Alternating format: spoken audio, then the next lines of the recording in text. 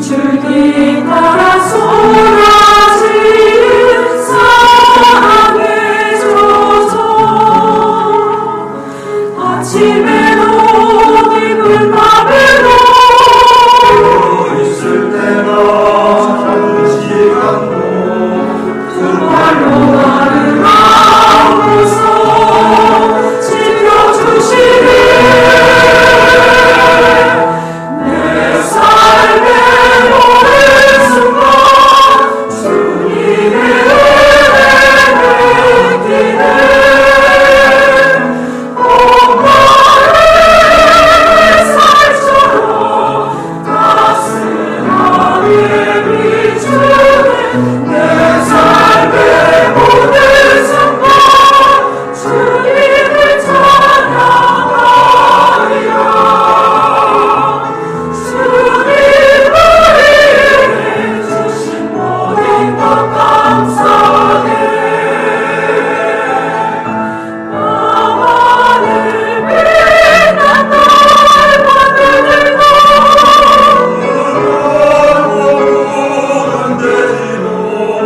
불창한 숲상과 환한 높은 하늘도 주께서 우리에게 주신 놀라운 위대한 선물 천지 만물 우리 위해 창조하셨네 주의 아름다운 다른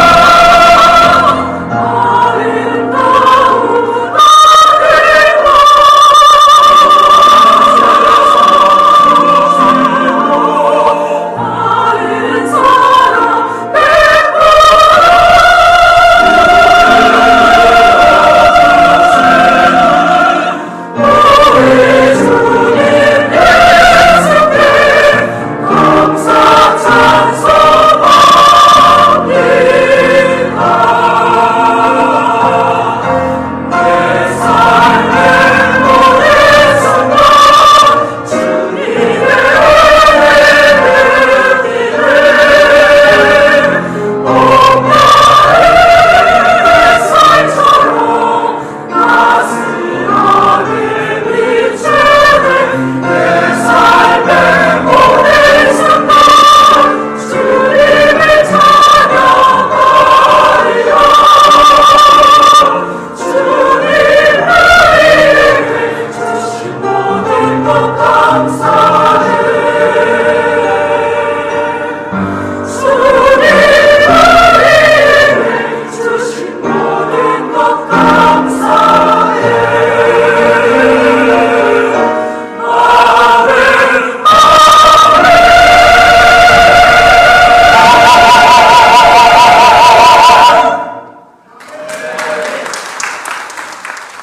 아멘 소유입니다.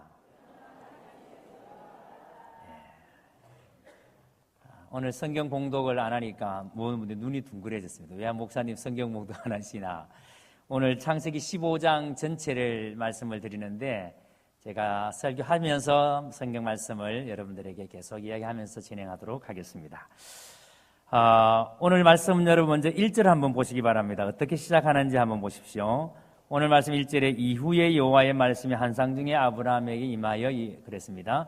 자, 이후에 이렇게 시작합니다. 이후라는 말은 14장에 있었던 사건 이후를 말씀합니다. 아브라함이 지금 아모리 족속 마므레 상수리 숲을 가운데 아마 텐트를 치고 그 텐트 가운데서 잠을 청했을 겁니다. 그런데 아브라함이 그날 뒤척이면서 잠이 잘 들지를 않습니다. 그런데 하나님께서 잠들지 않는 아브라함에게 환상 중에 이렇게 말씀합니다. 아브라함아 두려워하지 말아라. 아브라함아 두려워하지 말아라. 자, 이렇게 말씀합니다. 여러분, 지금 하나님께서 이렇게 말씀하시는 것은 아브라함의 속내를 알았다는 뜻입니다. 아브라함이 지금 속에 두려움이 있다는 것을 하나님이 캐치했다는 거예요. 자, 여러분 한번 생각해 보세요. 내가 하나님께 말한 적이 없는데, 하나님 나 두렵습니다. 하나님 나 겁이 겁납니다. 라고 말한 적이 없는데 하나님께서 불현듯 나에게 두려워하지 말아라. 아브라함아 너 두려워하지 마라.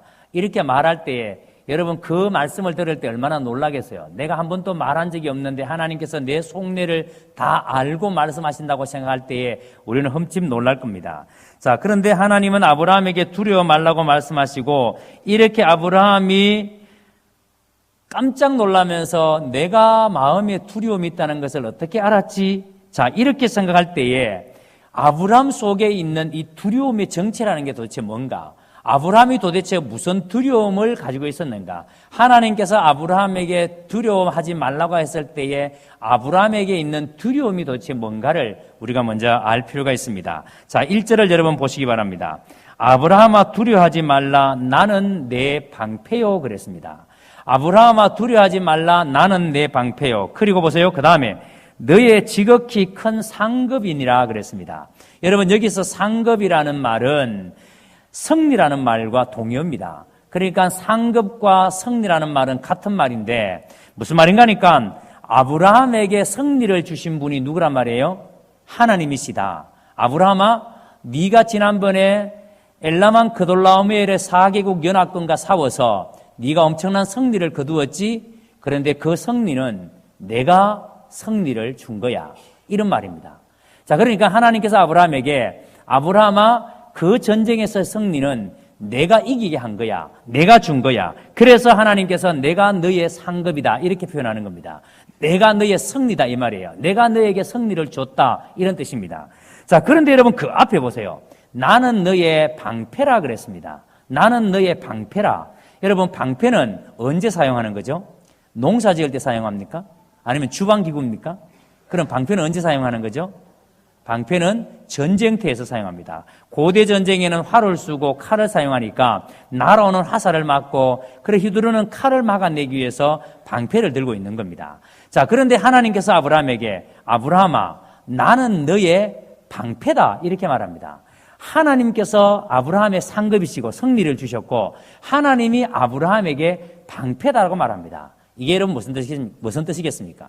왜 하나님은 아브라함에게 내가 너의 방패라고 말하는가 하면은 여러분 지금 이 말씀이 아브라함의 두려움의 정체가 바로 14장에서 엘라만 그돌라오멜의 4개국 연합군과 지금 연합국이 쳐내려왔을 때에 6개의 부족이 속수무책으로 당했습니다. 그리고는 모든 것을 다 빼앗기고 그리고 사람들은 포로로 잡혀서 이 그돌라오멜 연합군이 올라갔습니다. 그런데 이 소식을 들었던 아브라함이 집에서 길리고 훈련된 자 318명을 데리고 무려 190km를 쫓아 올라갑니다. 다음까지. 그래서 거기서 그 그돌라오멜의 연합군을 쳐부시고 빼앗겼던 모든 것들을 다시 되찾아서 그리고 잡혀갔던 조카 롯까지 되찾아서 그리고 이제 돌아온 거예요. 자, 여러분 돌아왔는데 회복하고 돌아왔는데 그런데 어느 날 아브라함이 가만히 생각해 보니까 아무리 생각해도 신기한 겁니다. 어떻게 우리가 이겼지? 어떻게 우리가 318명을 데리고 그 그돌라오멜의 연합군을 이길 수 있었지? 이건 도대체 무슨 일이야? 이런 생각을 한 거죠. 그래서 여러분 자 이런 생각에 미치니까 아브라함의 마음속에 불현듯 두려움이 찾아옵니다. 혹시 그돌라오멜이 다시 쳐내려오지 않을까? 보복하기 위해서 다시 내려오지 않을까? 이런 생각을 한 거예요. 자, 여러분, 내가 어떻게 이겼지? 이런 두려움이 있는데 하나님께서는 아브라함에게 네가 잘해서 이긴 게 아니야. 내가 너에게 승리를 줘서 내가 너의 상급이야. 그리고 하나님께서 두려워하지 말아라. 내가 너의 방패야. 네가 아무리 그돌라오멜의 군대가 그렇다 하더라도 내가 너를 지키고 있기 때문에 너는 안전해. 그거예요. 그런데 지금 아브라함은 지금 혹시 그돌라오멜 연합군이 다시 보복하기 위해서 쳐내려오면 어떻게 하지? 이것 때문에 지금 아브라함의 마음속에 두려움이 있다는 거예요. 하나님은 그 아브라함의 마음속에 있는 두려움을 쾌채해내시고 아브라함에게 그렇게 말씀하시는 겁니다. 내가 너의 상급이다. 내가 너의 승리다. 내가 너의 방패다. 이렇게 말씀하시는 겁니다. 자, 그러면 여러분 아브라함이 예 하나님 하면 되는데 아브라함의 그 다음에 반응해 보세요. 2절에 두려워 말라고 말씀하시는 아브라함에게 하나님께서 아브라함이 뭐라고 대답하는지 2절을 우리 같이 읽겠습니다. 시작.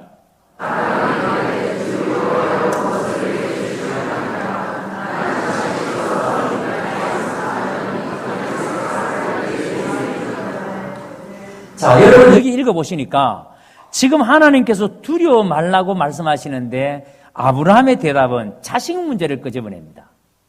두려워 말라 그러면 예 하나님 내가 두려워하지 않겠습니다 이러면 될 텐데 갑자기 아브라함이 주 여호와여 무엇을 내게 주시려 하나이까 나는 자식이 없사오니 자식 문제를 끄집어냅니다. 분명히 여러분 아브라함은 지금 하나님의 정곡을 찌르는 질문을 받고 난 다음에 그 마음의 실체가 드러나고 난 다음에 분명히 그 마음속에 보복에 대한 두려움이 있었지만 아브라함의 마음 한켠에는 이 보복에 대한 두려움뿐만 아니라 하나님 맞습니다. 나에게 보복에 대한 두려움이 있습니다. 그런데 나에게는 진짜 두려움이 있습니다. 하나님이 나에게 자식 준다고 말씀하지 않았습니까? 그런데 아직 나에게 자식이 없습니다. 보복에 대한 두려움도 있지만 아브라함이 진짜 두려운 것은 하나님이 나에게 자식 준다 그랬는데 왜 아직 나는 자식이 없습니까? 그래서 아브라함이 묻는 겁니다. 그래서 아브라함이 이게 두렵다는 거예요. 그게 3절에 합니다. 이런 말입니다. 주님께서 저에게 자식을 주시지 않으셨으니까 이제 저의 집에 있는 이 종을 나의 상속자가 될 것입니다.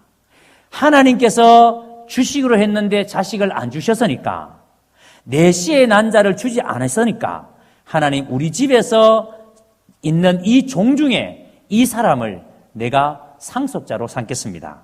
아브라함이 이렇게 이야기합니다. 자, 근데 아브라함이 이렇게 이야기하는 여러분 배경이 있습니다. BC 2000년경에 제작된 누지 토판이라고 있는데 이 누지 토판에 의하면은 자식이 없는 사람 중에 종들 중에 하나를 선택해서 그에게 양자로 삼고 그에게 모든 재산을 상속하는 상속권을 주는 것이 그 당시의 문화였어요. 자, 그러니까 자식이 없다면은 자식이 없는 사람이 양자를 들여서 자기 종들 중에 양자를 삼아서 상속권을 주는데 아브라함도 바로 이 전통, 이 문화에 따라서 아브라함이 자기 집에 있는 종을 자기의 상속자로 삼는 겁니다.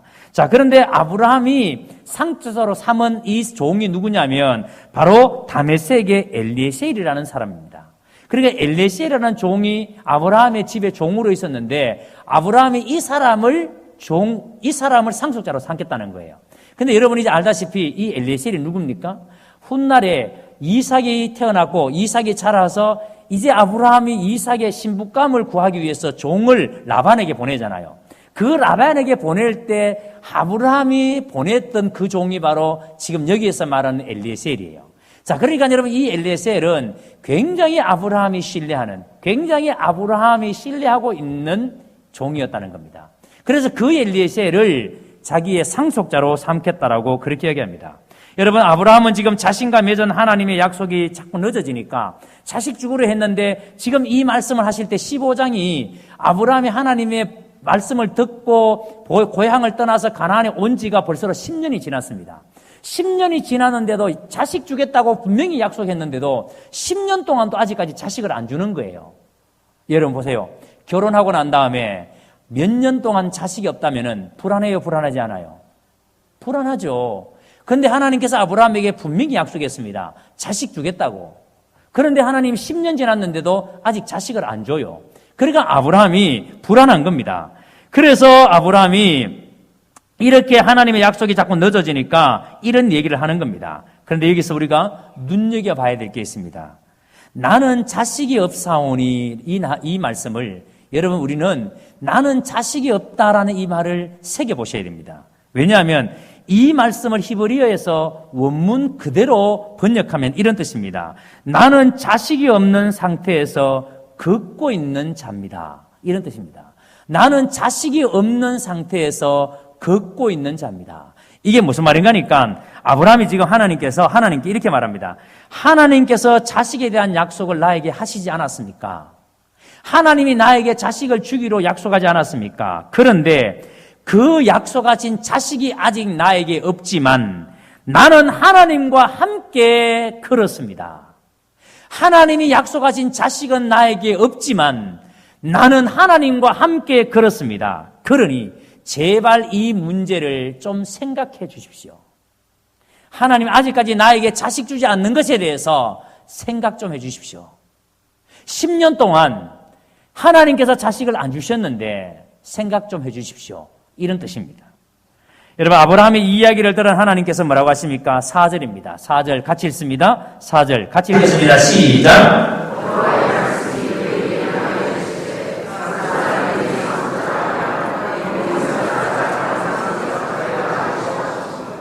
자, 하나님께서 아브라함이 이 엘리에셀을 내 상속자로 삼겠습니다 라고 이야기하니까 하나님께서 말씀합니다. 그 사람이 내 상속자가 아니다. 엘리에셀이 너의 상속자가 될 수가 없다. 네 몸에서 날 자가, 네 몸, 아브라함의 씨예요. 아브라함의 몸에서 날 자가 네 상속자가 되리라. 하나님은 단호하십니다. 아브라함이 엘리에셀을 나의 상속자로 삼겠다 그러니까 하나님께서 아니야. 엘리에셀은 너의 상속자가 될 수 없어. 네 씨에서, 네 몸에서 날 자가 너의 상속자가 된다. 자, 이렇게 말씀합니다. 자, 그러면서 여러분 5절을 보세요. 그를 이끌고 밖으로 나가 이르시되 하늘을 우러러 뭇 별을 셀 수 있나 보라라고 말합니다. 여러분, 아브라함을 하나님께서 데리고 나가셔서 아브라함아, 하늘을 한번 쳐다보아라. 저 하늘에 있는 별들을 네가 셀 수 있는지 한번 헤아려 보아라. 자, 여러분, 별을 여러분들이 헤아린다면 몇 개까지 헤아려 볼 수 있겠습니까? 여러분, 잠시 하늘을 이렇게 쳐서 별 하나, 나 하나, 별 둘, 나 둘, 이렇게 별을 헤아려 보면은 몇 개까지 헤아리겠어요? 그 별이 그 별 같고, 그 별이 그 별 같고. 못 헤아립니다. 그러니까 아브라함이 하나님, 나 저 별 못 헤아립니다. 헤아릴 수가 없습니다. 그래. 네 저 별 뭘 헤아리는 것처럼 너의 자손을 저 별처럼 많게 해줄 것이다 라고 말씀합니다. 여러분, 히브리 민족의 사고 속에 이 해와 달과 별은 전부 다 자손을 의미합니다. 그리고 여기에 나오는 지금 이 자손은 성경 전체의 이제 중심 주제가 됩니다. 하나님께서 아브라함에게 말씀하시는 이 자손, 여러분, 하나님의 백성, 그래서 하나님께서 당신의 백성을 삼으시는 이 자손은 모든 성경의 주제가 됩니다. 그래서 6절에 보세요. 6절에 다시 봅니다. 아브라함이 여호와를 믿으니. 자, 아브라함이 여호와를 믿으니 뭘 믿었다는 말일까요? 아브라함이 지금 뭘 믿었다는 말일까요? 그렇죠. 하나님께서 별을 보여주시면서 헤아릴 수 있느냐? 없습니다. 네 자손을 이렇게 많게 하겠다라는 것을 아브라함이 믿었다는 말이에요. 하나님이 하시는 말씀을, 여호와 하나님이 하시는 말씀을 아브라함이 믿었다는 말이에요. 자, 그런데 믿으니 그랬습니다. 그런데 이 믿다라는 말의 히브리 단어가 뭐냐면 아만이라는 단어예요. 아만. 그런데 이 아만의 뜻이 뭐냐면 신실하다, 확실하게 하다, 지지하다, 충실하다, 성실하다, 신뢰하다, 뭐 이런 뜻이 있습니다. 여러분, 이 아만이라는 단어 안에 이런 어마어마한 많은 뜻들이 있는데, 그런데 여러분, 이 아만이라는 단어의 뜻이 우리의 구원, 믿음이 그럴 때 우리의 구원을 위한 믿음을 말하는 게 아니에요. 여러분, 이 아만은 보세요. 아브라함이 진짜 하나님으로부터 의로 여김을 받을 때가 언제였는지 여러분 아십니까? 지금 여기에서도 15장에서 하나님께서 아브라함을 의로 여기시니 아브라함이 믿으니 하나님께 이걸 의로 여기시다 그랬습니다. 그런데 진짜 하나님께서 아브라함의 믿음을 받으실 때, 그래서 의로 여김을 받을 때가 언제인지 아십니까? 바로 22장에 가서 22장에서 하나님이 아브라함에게 네 독자 이삭을 바치라 그럽니다. 근데 아브라함이 그 독자 이삭을, 100세 떴던 아들 이삭을 모리아 산에 가서 그 제단 위에 올려놓고 아브라함이 그 자식을 이제 하나님께 제물로 바치려고 합니다. 그런데 그때 하나님께서 그 아브라함에게 멈추시면서 뭐라고 말합니까? 하나님께서 이렇게 말합니다. 내 독자까지도 내게 아끼지 아니하였으니 내가 이제야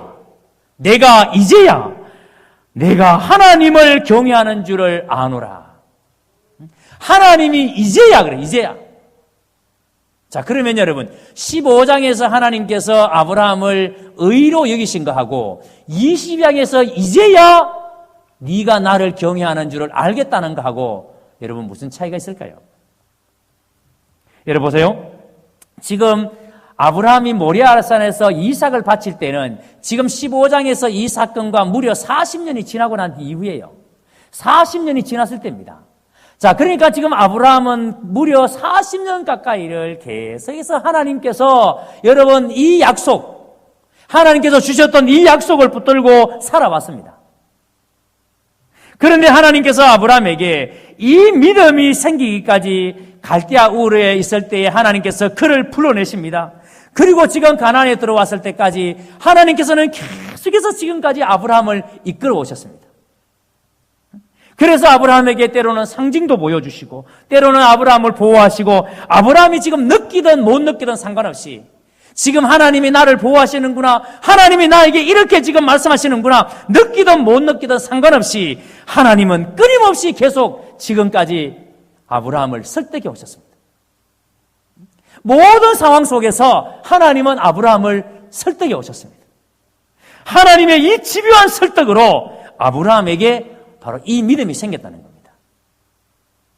그래서 여러분, 하나님께서 지금 15장에서 의로 여기셨다는 것은 이 15장이 올 때까지 하나님께서는 집요하게 아브라함을 설득해서 아브라함이 여기까지 그 믿음에 대해서 하나님이 인정하는 것이고 22장에 가서 이삭을 바칠 때까지도 계속해서 하나님께서는 아브라함을 설득해서 자식 이삭을 바칠 때까지 하나님의 열심으로 아브라함에게 믿음을 불어넣었습니다. 그리고 하나님께서는 그것을 의로 여기신다라고, 그것을 인정한다라고. 자, 그러니까 여러분, 아브라함에게 이 믿음은 절대 아브라함이 여러분 깨달은 것이 아니에요. 아브라함의 이 믿음은 하나님이 심어주신 겁니다. 하나님이 아브라함에게 믿음을 심어주신 겁니다. 하나님의 열심으로, 하나님의 설득으로 이 믿음이 아브라함에게 들어온 것입니다. 무슨 말인지 이해가 되십니까? 여러분, 오늘 이 자리에 있는 우리도 마찬가지예요. 여러분, 우리가 열심히 한다고 해서 우리에게 믿음이 생기는 게 아니에요. 예? 하나님의 그 집요한 하나님의 설득, 하나님의 그 열심, 나를 향한 그 하나님의 그 집요한 설득 때문에 우리 속에 믿음이 들어오는 겁니다. 자, 여러분, 우리는 아브라함을 믿음의 조상이라고 말합니다. 근데 믿음의 조상이라 그러면 이런 생각을 하죠. 아브라함은 지 아들까지도 하나님께 드릴 수 있는 믿음을 가졌으니까. 아브라함은 갈 바를 알지 못하고 자기의 고향을 떠나서 하나님이 가라온 곳까지 가니까. 그래서 아브라함이야말로 진짜 대단한 믿음을 가진 사람이다. 우리가 흉내낼 수 없는 믿음을 가진 사람이다. 이런 생각을 합니다. 그래서 아브라함이 믿음의 조상이다. 이렇게 생각합니다. 그런데 아니에요. 왜 아브라함을 믿음의 조상이라고 말하는가 하면은 믿음이란 얼마나 하나님이 홀로 하시는 설득인가? 얼마나 하나님 당신 편에서 얼마나 처절하게 하나님이 우리를 설득해 가시는가? 얼마나 그것이 하나님의 은혜인가를 가장 잘 표현해 줄 수 있는 인물이 바로 아브라함이기 때문에 그래서 아브라함을 믿음의 조상이라고 말하는 거예요. 여러분, 우리가 봤을 때에 아브라함이 여러분 가나안에 있을 때에 기근이 왔습니다. 그러니까 여러분, 자기 주변에 있는 사람들이 다 애굽으로 양식 구하러 가니까 아무런 생각 없이 그냥 양식 구하러 애굽으로 확 내려가 버립니다. 내려갔다가 여러분 자기 마누라를 누이라고 거짓말 시킵니다. 그랬더니 누이를 뺏길 뻔했습니다. 별의별 일을 다 겪습니다. 자, 여러분, 그럼에도 불구하고 하나님께서는 이러한 아브라함을 집요하게 이 상황 속에 설득하시는 거예요. 아브라함아, 너 이럴 때 너 애굽으로 내려가면 안 돼. 아브라함아, 너 이럴 때 거짓말하면 안 돼. 네가 거짓말함으로 어떤 일을 당했니? 하나님께서 그 모든 상황에서 깨닫게 하시는 겁니다. 알게 하시는 겁니다. 그래서 아브라함이 그것을 깨달으니까 다시는 하나님이 말씀하시기 전에는 떠나지 않습니다. 그 하나님의 집요한 하나님의 설득, 그 하나님의 열심. 그래서 여러분, 믿음이라는 것이 얼마나 하나님이 홀로 하시는 설득인가를 가장 잘 보여주는 사람이 아브라함이기 때문에 아브라함을 믿음의 조상이라고 말하는 겁니다. 여러분, 아브라함이 하나님을 믿기까지는 그가 수고한 것이 없는 사람이에요. 아브라함에게 믿음이 들어가기까지 하나님이 아브라함을 집요하게 설득했습니다. 하나님이 믿음을 넣어준 겁니다. 하나님의 설득 끝에 믿음이 들어가니까 그제서야 아브라함이 하나님이 누구신가, 하나님의 실체를 알게 된 겁니다. 여러분, 한번 여러분 자신들을 가만히 생각해 보세요. 우리의 신앙생활이라는 게 그런 거예요. 우리의 삶 가운데 때로는 여러분 이게 하나님의 손길인지 지금 하나님께서 나와 함께 하시는 것인지 아닌지 이게 여러분 구분이 안 될 때가 있습니다. 이게 뭐지? 왜 내 인생 가운데 이런 일이 나고 왜 내 인생 가운데 이런 어려운 일들이 생길까? 이게 하나님의 손길인가? 하나님의 손길이라면 왜 하나님께서 나에게 이런 어려운 일을 겪게 하시는가? 여러분 때로는 우리는 이것이 하나님의 손길인지 아닌지 헷갈릴 때가 있습니다. 그러다가 어떤 결정적인 순간이 옵니다. 그렇구나. 이것 때문에 하나님이 이런 일을 경험하게 하시는구나. 이것 알게 하시려고 하나님께서 이렇게 나를 몰아가시는구나. 그 깨달을 때가 있습니다. 여러분 이때가 영적인 눈이 열릴 때예요. 여러분 이렇게 영적인 눈이 열리면 십자가에 죽으신 그 그리스도가 나를 위해 죽으셨다는 사실이 믿겨집니다. 2000년 전에 십자가 위에서 다 이루었다 하시면서 운명하셨던 그 그리스도가 나의 죄를 위해서 나의 죄 때문에 죽으셨다는 사실이 그게 여러분 믿겨져요. 그리고 그게 믿겨지는 순간에 얼마나 그 믿어짐 자체가 놀라는지 내 스스로가 어떻게 나에게 이런 일이 어떻게 나를 그래서 여러분 이것이 크고 놀라운 기쁨이에요. 얼마나 놀라운 일이지. 그러니까 이 고백이 나올 때까지 하나님이 끊임없이 내 인생 속에서 나를 지금 설득해 오시는 겁니다. 여러분, 만약에 지금도 여러분들이 만약에 왜 나는 이게 안 믿겨질까? 이게 지금 하나님의 손길인지 아닌지 나는 모르겠어. 그런데 지금도 하나님은 여러분의 인생 가운데 개입하셔서 집요하게 하나님은 여러분을 설득하고 계십니다. 아무개야, 내가 너에게 왜 이런 일을 일어나게 하는지 아니? 내가 너에게 왜 이 일을 경험하게 하는지 아니? 그래서 여러분 우리는 나에게 어떤 일들이 일어날 때 여러분 내가 살아가면서 내 속에 일어나는 모든 상황 속에서 우연히 일어나는 일은 없다. 왜 이것이 나에게 일어날까? 왜 이 일이 나에게 이런 일이 생길까? 생각해 봐야 합니다. 그럴 때 여러분 하나님께서 결정적일 때 그것을 깨닫게 하실 때가 있습니다. 그때가 바로 우리의 영적인 눈이 열릴 때입니다. 여러분 이 은혜가 여러분 모두에게 있기를 주의 이름으로 축복합니다. 자, 6절을 다시 보세요. 아브라함의 그런 믿음을 하나님께서 의로 여기셨다 그랬습니다. 그런데 여러분 하나님께서 아브라함에게 약속을 주시면서 아브라함에게 요구하신 것은 아주 명백합니다. 애매모호한 것을 요구하지 않았습니다. 아주 명백합니다. 하나님께서 하신 말씀 그대로 될 것을 믿으라는 거예요. 내가 말했지? 너 내 말 그대로 믿어. 그리고 계속 하나님을 신뢰하라는 거예요. 내가 한 말을 그대로 믿고 나를 신뢰하라는 거예요. 자, 그러니까 여러분 지금 보세요. 분명히 하나님께서 아브라함에게 말씀하셨습니다. 그리고 하나님께서는 아브라함에게 내 말을 믿어라, 나를 전적으로 신뢰해라 라고 말씀합니다.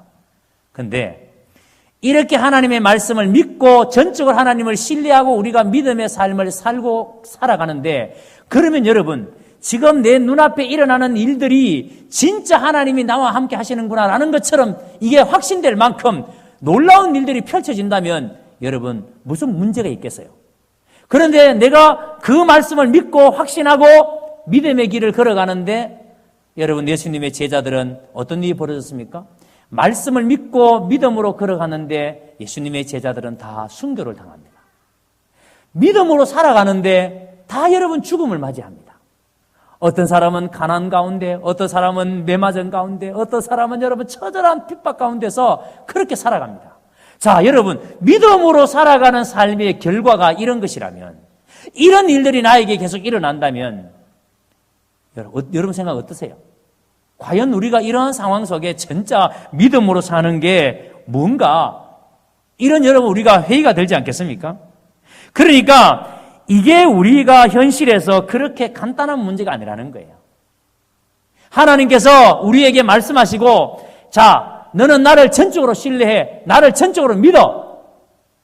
그래서 우리가 하나님을 전적으로 신뢰하고 믿음으로 살아가는 그 길이 그렇게 여러분 간단한 문제가 아니라는 겁니다. 아브라함은 이 약속을 받고 지금 10년이 지났습니다. 15장의 상황이 땅에 대한 약속도 지금 하나도 이루어진 게 없어요.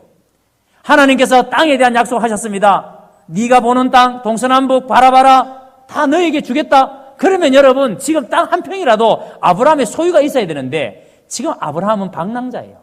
자기 소유의 땅 한 평도 없습니다. 그런데 하나님은 지금 믿으래요. 이런 상황에서 하나님께서 나를 믿으라. 이 하나님의 요구가 얼마나 아브라함에게 어려운 결단을 요구하는 것인가. 아브라함이 이 결단이 얼마나 어려운 결단인가를 우리가 알 수가 있습니다.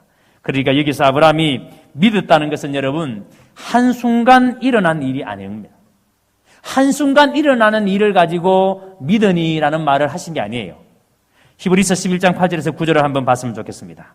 여러분 이걸 우리가 명확하게 알고 넘어가야 합니다. 히브리서 11장 8절에서 9절입니다. 먼저 8절을 큰 소리를 같이 읽습니다. 시작.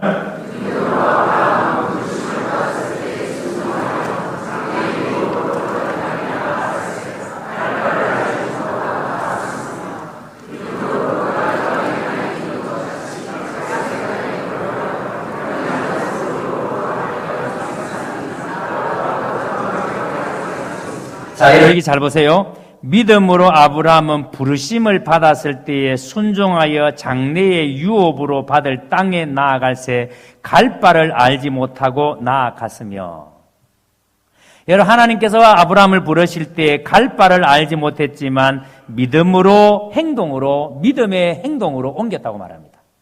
자, 그러니까 여러분 아브라함이 자기의 고향을 떠날 때에 아브라함에게 믿음이 있었다 없었다? 믿음이 있었습니다.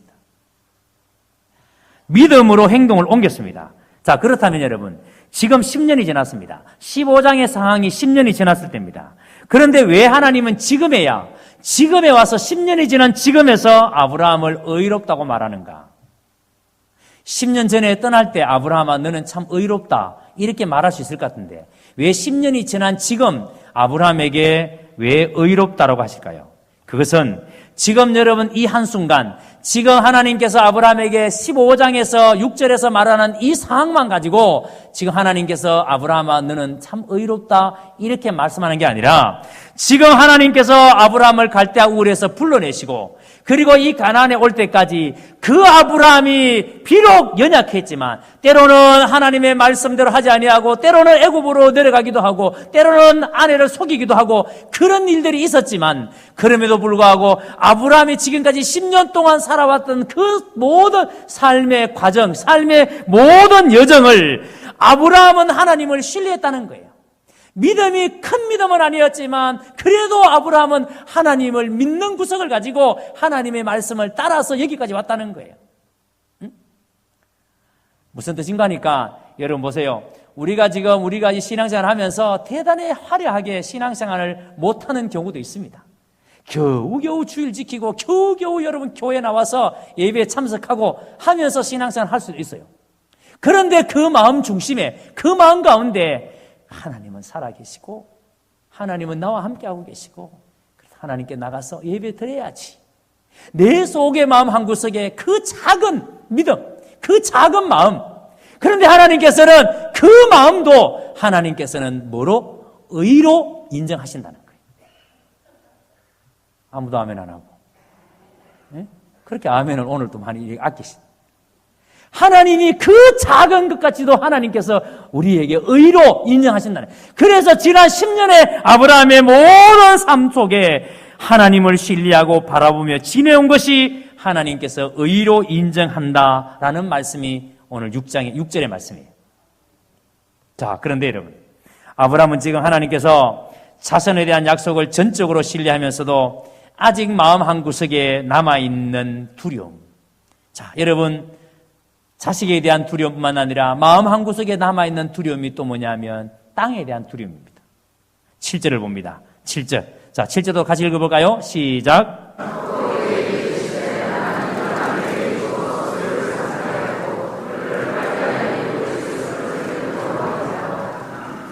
그에게 이르시되 나는 이 땅을 내게 주어 소유를 삼게 하려고 하나님이 아브라함에게 이 땅을 너에게 주어 아브라함에게 준다고 말씀합니다. 소유로 삼게 한다고 말씀합니다. 그러니까 하나님께서 왜 아브라함을 갈대아 우르에서 불러냈는지에 대해서 다시 확인하는 말씀이에요. 아브라함아, 내가 너를 왜 갈대아 우르에서 불러낸지 아느냐? 내가 너를 갈대아 우르에서 불러낸 이유는 이 땅을 너에게 주어서 너의 소유로 삼게 하기 위해서. 그래서 내가 너를 불러낸 거야. 라고 하나님께서 말씀하시는 겁니다. 자, 그러면 이 땅은 어느 땅이에요? 지금 하나님께서 아브라함에게 말씀하는 이 땅은 어느 땅을 말하죠? 가나안 땅을 말하죠. 가나안 땅. 가나안 땅을 주시기 위해서 하나님께서 아브라함을 갈대아 우르에서 불러냈다는 거예요. 자, 그런데 여러분, 실제로 이스라엘 백성들이 가나안 땅에 들어가 사는 것은 이 말씀을 하시고 난 다음에 몇 년 후에 실제로 이루어진지 아십니까? 무려 700년 후에 이루어집니다. 그러니까 하나님께서 지금 아브라함에게 하시는 이 말씀은 너를 가나안 땅에 들어가서 가나안 땅에 살게 하기 위해서 가나안 땅을 너에게 주기 위해서 너를 갈대아 우르에서 불러냈다 하실 때 이 말씀을 하시고 난 다음에 700년 이후에야 이 말씀이 이루어집니다. 700년 후에 있을 그 일을 지금 하나님께서 아브라함에게 말씀하시는 거예요. 예? 자, 그런데 8절에 보세요. 8절 또 같이 읽습니다. 8절 시작.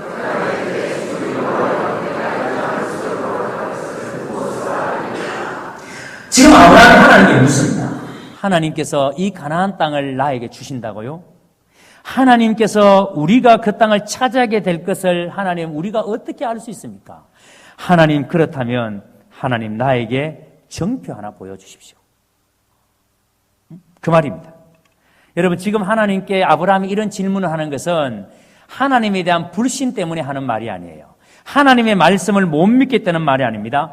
지금 지난 10년 동안 아브라함은 누구보다도 하나님을 신뢰하며 여기까지 왔습니다. 대단히 큰 믿음은 아니었지만 그래도 아브라함의 마음의 중심에는 하나님을 신뢰하며 여기까지 하나님의 말씀대로 따라왔습니다. 자, 그리고 하나님도 그것을 6절에서 인정을 했어요. 그것을 의로 여긴다라고 하나님께서 인정을 했습니다. 그런데도 지금 이런 말을 하는 이유가 뭐냐면 바로 정표를 보여달라는 겁니다. 이 정표를 달라는 아브라함에게 하나님이 뭐라고 말씀하시는지 보세요. 9절입니다. 또 9절을 같이 읽습니다. 자, 9절 시작.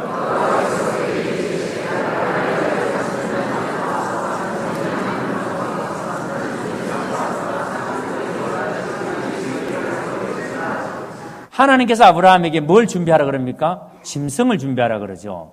그런데 여러분 짐승을 준비하는데 3년 된 암소, 3년 된 암년소, 3년 된 순양, 산비둘기, 쥐비둘기입니다.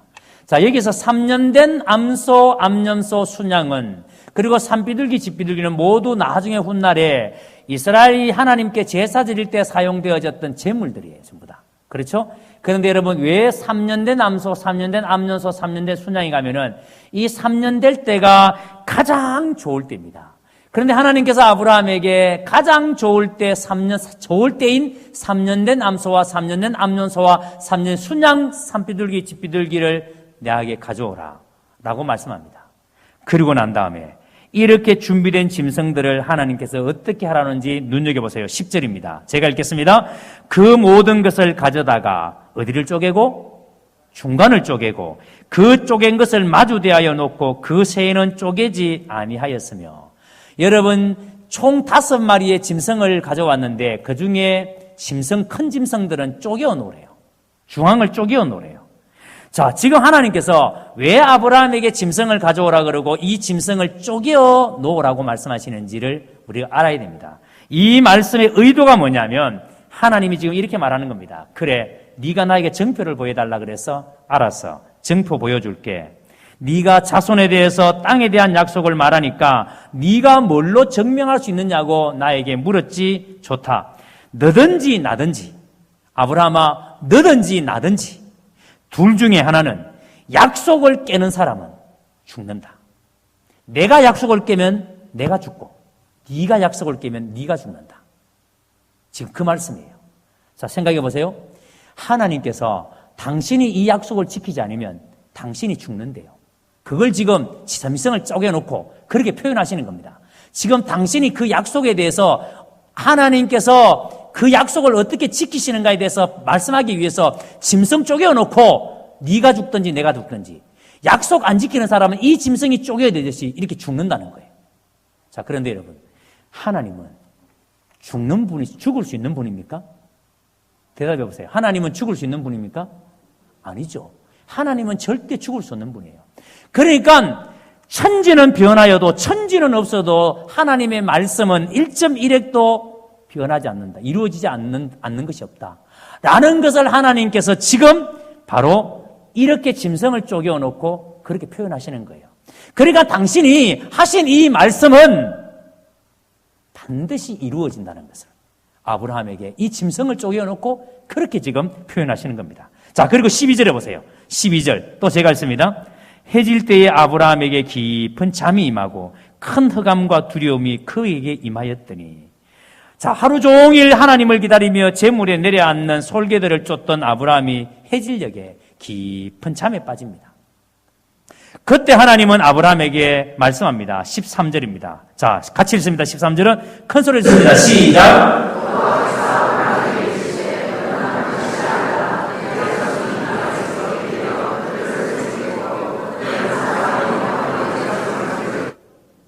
자, 잘 보세요. 하나님께서 아브라함에게 말씀합니다. 뭐라고 말씀합니까? 너는 반드시 알라. 너는 반드시 알라. 똑똑히 알아란 말이에요. 확실하게 알고 있거란 말이에요.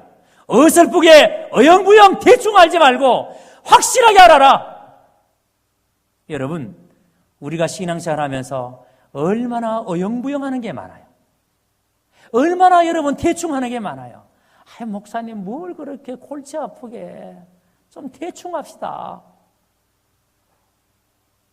그런데 하나님께서 지금 아브라함에게 너는 똑똑히 알아라. 확실하게 알아라. 그러면 하나님께서 아브라함에게 무엇을 지금 확실하게 알아라, 무엇을 똑똑히 알아라고 하나님이 말씀하실까요? 뭐죠? 바로 14절에 반드시 너와 후손이 이 땅을 받게 될 것인데, 그 다음 뭐라 그랬습니까? 당장은 아니다. 너와 너 후손이 이 가나안 땅을 받게 될 것인데 당장은 아니다. 400년 동안 남의 나라에서 종살이를 한 후에야 이 땅을 받게 될 것이다. 400년 동안이나 남의 나라에서 종살이를 하고 난 다음에 이 땅을 너와 너의 후손이 받게 될 것이다.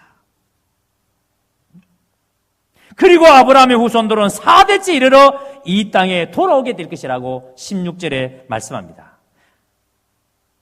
그러면서 하나님께서 아브라함과 언약을 체결하시는데 그게 17절에서 마지막까지 나오는 횃불 언약입니다. 자, 아브라함이 쪼개어 놓았던 짐승, 그런데 그 짐승에 하나님께서 그 짐승 사이로 그 횃불이 아브라함이 낮에 쪼개어서 나열해 놓았던 그 두 줄의 짐승 사이로 하나님이 지나가십니다. 불로 지나가십니다. 그리고 그 불이 짐승의 사체를 다 태웁니다. 17절에. 지금 여러분 이게 무슨 뜻인가 하면은 하나님은 지금 아브라함에게 내가 만일 약속을 지키지 않으면 나는 하나님이 아니다. 내가 만약 이 약속을 지키지 않는다면 나는 하나님이 아니다. 그런 각오로 하나님이 이 예식에 임하신다는 거예요. 하나님께서 자신의 모든 명예를 걸고 모든 능력을 걸고 아브라함이 반드시 이 땅을 차지할 것이라고 하나님께서 선언하시는 겁니다. 그런데 아브라함에게 이 말씀을 선언하시면서 지금 당장은 아니야. 400년 다른 나라에서 너희가 포로로 잡혀가서 고통을 당하고 난 이후에 다시 그 땅을 너희에게 줄 것이라고. 이게 여러분 무슨 뜻인지 아시겠습니까? 그래서 보세요. 하나님께서 이 아브라함을 불러내셔서 이렇게 이 땅에 대한 약속을 주시고 이 아브라함에게서 아브라함의 하나님께 약속하셨던 그 씨가 누구예요? 이삭이죠. 예? 이삭이 태어나고 그 이삭에게서 야곱이 됩니다. 그래서 야곱에게 12아들이 나옵니다. 여러분 그 중에 요셉이가 먼저 형들의 미움을 받아서 애굽 사람에게 팔려갑니다. 그런데 그 애굽에서 종살이하면서 여러분 요셉이가 그 애굽의 총리의 자리까지 오릅니다. 가나안 땅에 기근이 왔을 때에 야곱의 아들들이 아버지가 보내어서 그 애굽의 양식과로 왔는데 옛날에 자기가 팔았던 동생이 그 애굽 땅의 총리가 되어 있습니다. 그런데 그 요셉이가 뭐라고 말합니까? 하나님이 이때를 위해서 나를 먼저 보내심입니다. 그리고 야곱의 가족이 70명이 그 애굽으로 이주해 옵니다. 그렇게 이주해 왔던 이 야곱의, 그러니까 아브라함의 후손들, 그 자손들이 그 애굽 땅에서 사는데, 여러분, 어마어마한 많은 노역 속에서도 하나님께서 그들을 끊임없이 간섭하시니까 그 민족을 많게 하시는데, 바로가 그 민족이 늘어나는 것 때문에 두려움을 느낍니다. 더 많은 노역을 시키지만 이스라엘 민족들은 점점 더 늘어납니다. 하나님은 모세를 세우셔서 그 백성들을 애굽 땅 가운데서 430년 만에 거기서 불러내십니다. 그리고 어디로 들어가게 하십니까? 가나안 땅에 들어가게 하십니다. 바로 여러분, 그 얘기를 지금 아브라함에게 하고 계시는 거예요. 예? 700년 후에 일어날 그 일을 지금 하나님께서 아브라함에게 하고 계시는 겁니다. 그리고 하나님께서 반드시 이 약속을 내가 지킨다라고 횃불 언약을 맺으시는 겁니다. 내가 이 약속을 지키지 않으면 내가 하나님이 아니라고. 여러분, 이 말씀을 들으시면서 무엇을 느끼세요? 하나님은 당신이 하신 말씀에 대해서 당신의 목숨까지 내걸고 약속을 지키십니다. 성경에는 우리에 대한 수없이 많은 약속이 있습니다. 성경은 그 약속들이 어떻게 이루어졌는지는 지금 우리는 말씀을 통해서, 그래서 하나님께서 아브라함에게 하셨던 그 약속도 어떻게 이루어졌는지 우리는 성경을 통해서 지금 다 알고 있잖아요. 그 이후에 아브라함이 이 말씀을 받고 난 700년 뒤에 어떻게 이스라엘 백성들이 가나안 땅에 들어가서 살게 되었는지, 우리는 지금 이스라엘이 어떻게 지금 그 땅에 살게 되었는지를 우리는 성경을 통해서 다 알고 있습니다. 그런데 그 하나님이 우리에게 무엇을 약속하셨습니까? 여러분, 도대체 하나님께서 우리가 무엇이길래, 우리 인간이 무엇이길래 창조주 하나님께서 이렇게까지 그와 맺은 약속을 꼭 지키겠다고 하시는 것일까? 무엇 때문에 그 약속을 이렇게 처절하게, 집요하게 지키려고 하시는 것일까? 그것은 바로 하나님이 만드신, 자기 형상대로 만드신 자기 백성, 그런데 여러분, 죄로 말미암아 잃어버렸던 자기 백성, 그래서 그 백성들을 다시 회복시키셔서 하나님의 주권, 하나님이 주인 되는 나라, 하나님의 통치가 있는 하나님의 나라, 그 나라를 세우기 위해서. 그래서 하나님은 당신의 약속을 신실하게 끝까지 지켜내셔야 되는 겁니다. 당신의 나라를 세우기 위해서. 그리고 그 약속 때문에 오늘 이 자리에 있는 저와 여러분이 하나님을 알게 되었고, 그래서 여러분, 오늘 이 자리에 있는 예수 믿는 사람의 제일 중요한 사명이 뭐냐면, 우리가 살아가는 삶의 현장에 그 하나님의 약속대로 하나님이 주인 되신 하나님의 통치를 우리가 입증해내야 되는 겁니다. 하나님은 신 중의 신이심을, 하나님은 왕 중의 왕이심을 우리의 삶 가운데서 이것을 입증해내야 되는 겁니다.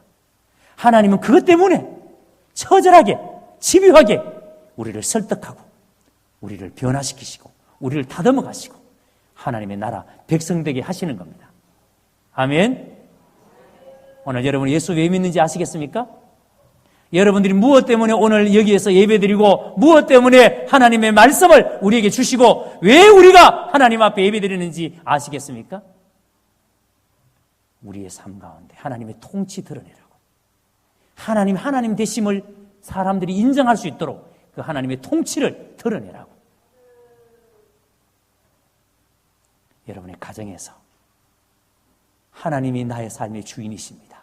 하나님이 이 모든 것의 주인이십니다. 그 하나님의 통치를 드러내라고. 그래서 지난주에서는 14장에서는 여러분, 아브라함이 이렇게 엘라만 그돌라오멜의 연합군을 쳐부수고 돌아오는 길에 누구를 만났습니까? 멜기세덱을 만났습니다. 그리고 그에게 뭘 줬습니까? 11조를 드린 이유가 뭐라고요? 하나님이 이기게 하셨다. 하나님이 주인이시다. 그거 입증해내기 위해서 우리의 삶에서 그거 증명해내야 되는 겁니다. 교회에서뿐만 아니라 여러분이 살고 있는 삶의 그 자리에서, 가정에서, 회사에서 이 거룩한 은혜가 여러분들에게 있기를 주님의 이름으로 축원합니다.